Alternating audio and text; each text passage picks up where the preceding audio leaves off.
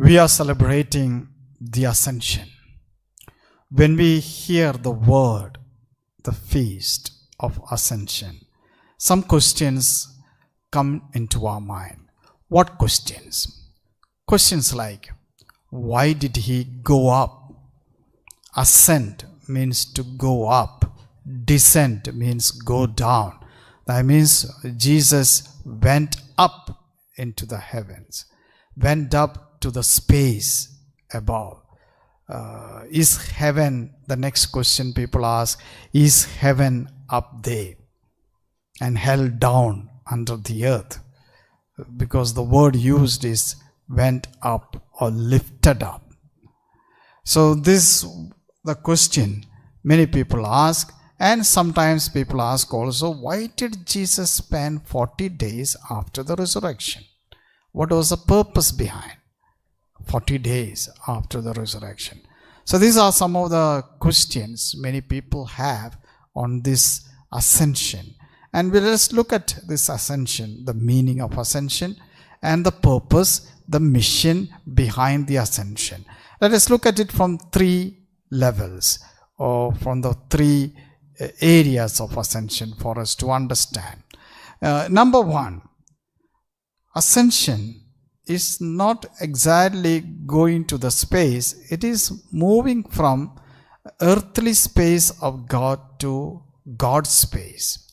So ascension indicates from earthly space, God moves to God's space. It is not neither going up nor going down. If you Google for a picture of ascension in internet, something like this picture, you will get the picture of Jesus going up, or disciples on the earth, and Jesus moving up to the clouds and beyond. And we are looking at Jesus move up into the heaven.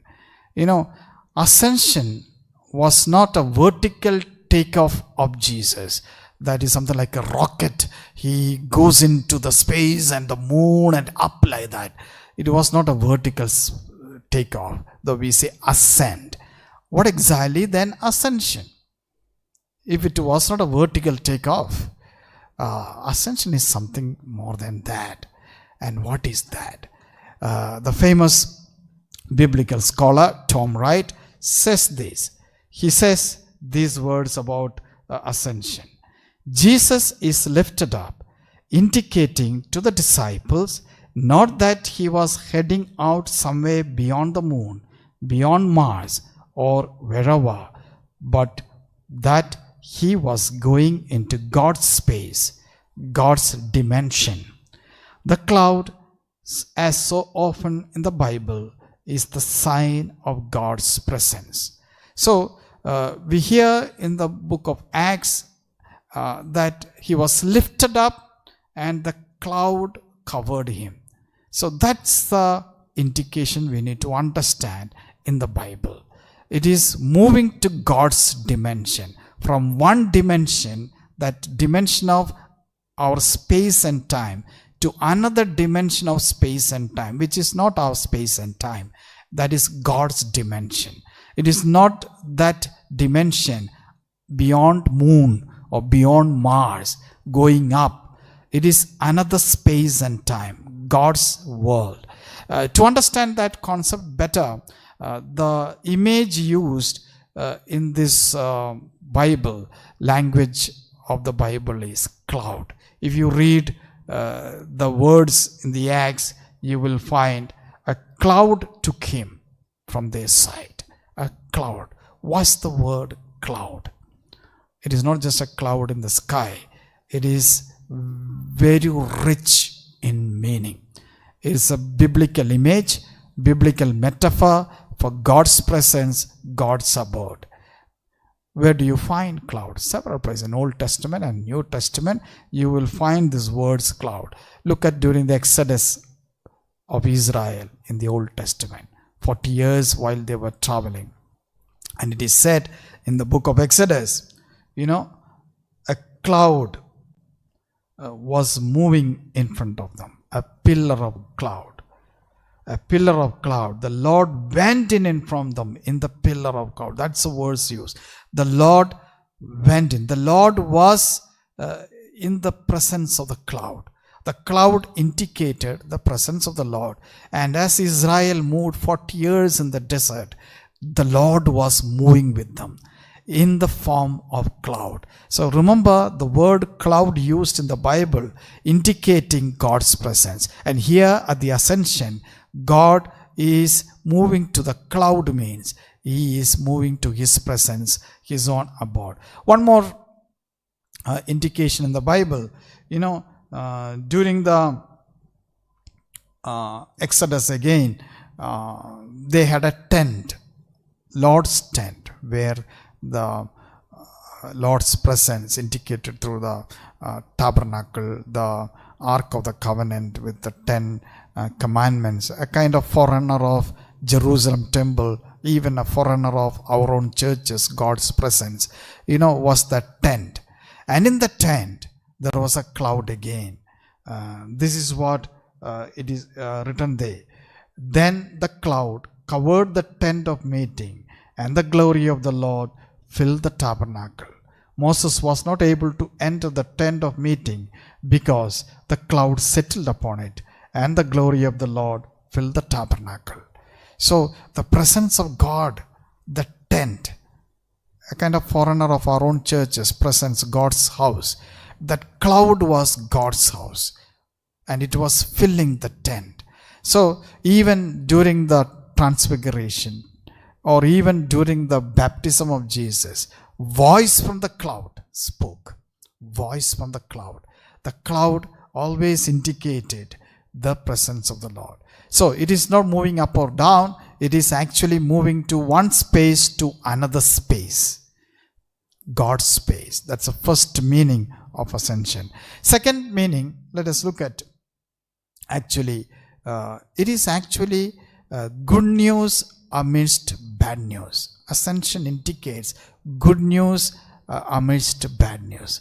The word used, go and proclaim the gospel. Gospel is the present English word. Old English is Godspell. Godspell means good news. Now, if you read the newspapers of today, or if you watch the news channels of today, there is nothing good news.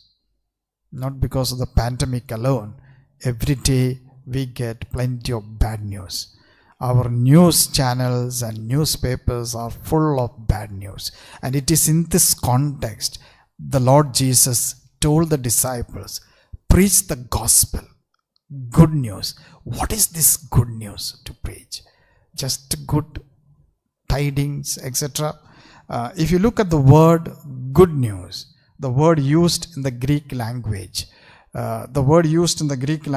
good news, because Bible, New Testament was written in Greek and Koine Greek, and in this Greek word, the word used is euangelion. Euangelion in Greek, the first part, the prefix is called good. Angelion means message. Good message. Good message. And this good message, what we say, gospel, good news, Jesus the Lord. And Mark's gospel and begins with the beginning of good news. The good news ends with this good news that we listen today. The good news that we need to bring. And what is this good news that we need to bring? The good news that we need to bring, the theologian Rowan Williams speaks about what is this type of good news different from the good news that we have today. He says this good news, euangelion, a gospel, a good message, is a message about something that alters the climate in which people will live, changing the politics and the possibilities. It transforms the landscape of social life. So this good news, complete shift from the previous way of life, entire social system, entire political system, entire landscape of our life of this world will live, and bringing a new life, a new message with Jesus. That is good news. That is good news. And that's what we are all here to proclaim. Third point of this is what Jesus said at the time of Ascension. Before leaving, he said this word, go out into the whole world, proclaim the good news or gospel to the whole creation. Now, this is where we need to understand, the mission continues. The mission which Jesus started, a mission for which Jesus came into this world, does not stop there with Jesus alone. It continues from Jesus to the disciples. So when he departed to his own abode, returned to his own home, he asked the disciples to continue the mission. So the baton is passed on. Exactly like a relay race, the baton, the stick, passed on to the disciples to continue the race. And we are here to continue the race which Jesus started. The mission continues to proclaim to the whole world. And that's why the 40 days Jesus prepared them after the resurrection. Prepared them well so that the mission continues after his ascension. And we are here to continue the mission of the Lord. Let me conclude. Let me conclude with an incident that happened some time back. It happened to a person, Giacomo Puccini, an Italian opera composer. He lived in 1858 to 1824, died in 1824, an Italian opera composer. His name is Giacomo Puccini. Giacomo Puccini has written several operas, very famous operas, and one of his last ones was Turandot, if I pronounce that well. Turandot is an Arabic word, Turandot. And this opera he composed, he could not complete. He died before that while he composed without completing the last part. And his friends, two friends, their names are Franco Alfano and Arturo Toscanini, two Italian friends, composers, opera composers. They completed this Turandot. After his death. And opera was ready, and opera was premiered in the hall La Scala on 25th April 1926, 1 year and 5 months after the original composer Puccini's death. This opera for the first time was premiered in La Scala in Italy. And who was the conductor when it was premiered? It was one of the friends who completed this opera, Arturo Toscanini. Arturo Toscanini conducted this opera after the master's death.